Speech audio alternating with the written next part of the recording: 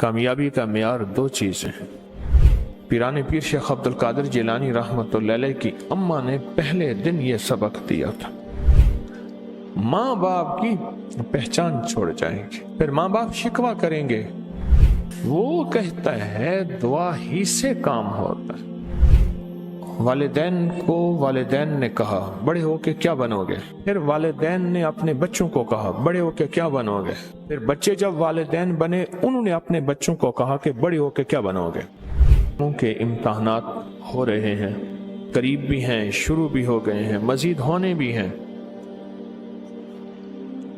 किसी के अभी होने हैं, किसी के देर से होने हो रहे हैं। कैसे कामयाब हो? कामयाबी का मेयार दो चीजें, एक मेहनत और दूसरी दुआ। एक मेहनत और दूसरी दुआ। मेहनत पूरी हो और मेहनत के ऊपर पूरी मेहनत हो, कोशिश के साथ पूरी कोशिश हो, तो मेयार है कामयाबी का। एक मेहनत है और दूसरी दुआ है। और दुआ ये वजीफा, ये तस्बीह, ये अमल, ये दुआ है। एक और चीज है, पहले दिन से वालिदैन को वालिदैन ने कहा बड़े होके क्या बनोगे, फिर वालिदैन ने अपने बच्चों को कहा बड़े होके क्या बनोगे, फिर बच्चे जब वालिदैन बने उन्होंने अपने बच्चों को कहा कि बड़े होके क्या बनोगे। और एक दौड़ होती है जिंदगी की, फिर उसमें बहुत कम होते हैं जो हलाल हराम जायज नाजायज की एहतियात कर पाते हैं। उस दिन मुझे एक साहब मिले,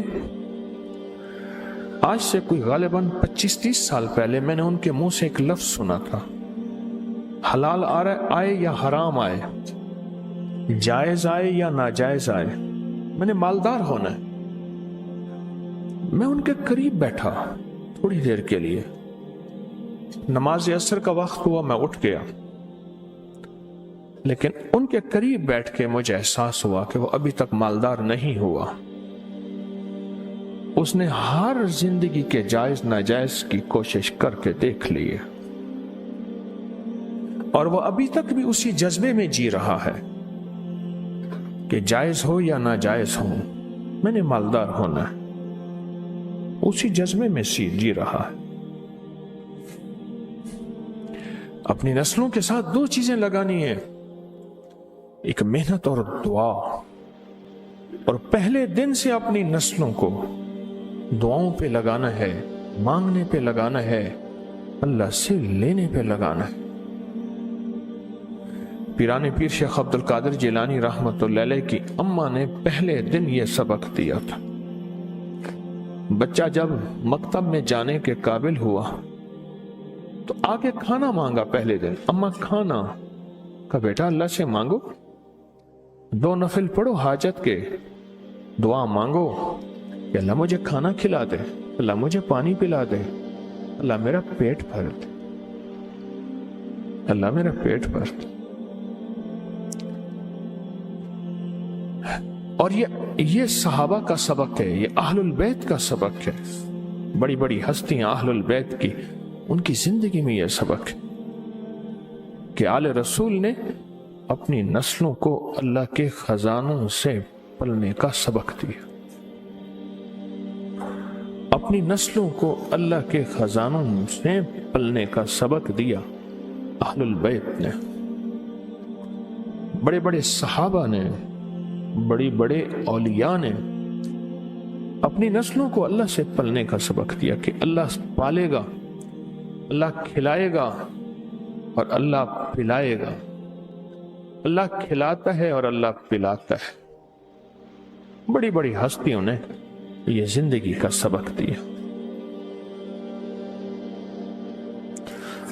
अब बच्चा आता था, अम्मा ताक में खाना रख देती थी, आके अल्लाह से मांगता था, नफिल पढ़ता, दुआ मांगता। अम्मा कहती अल्लाह ने खिलाया है और खिलाता भी अम्मा। अम्मा भी तो झूठी नहीं थी, अम्मा भी तो सच्ची थी कि अल्लाह ही खिलाता है। ایک دفعہ اماں کہیں گئی، کھانا رکھنا بھول گئی، اور بچے کے مکتب سے واپس کا وقت آیا۔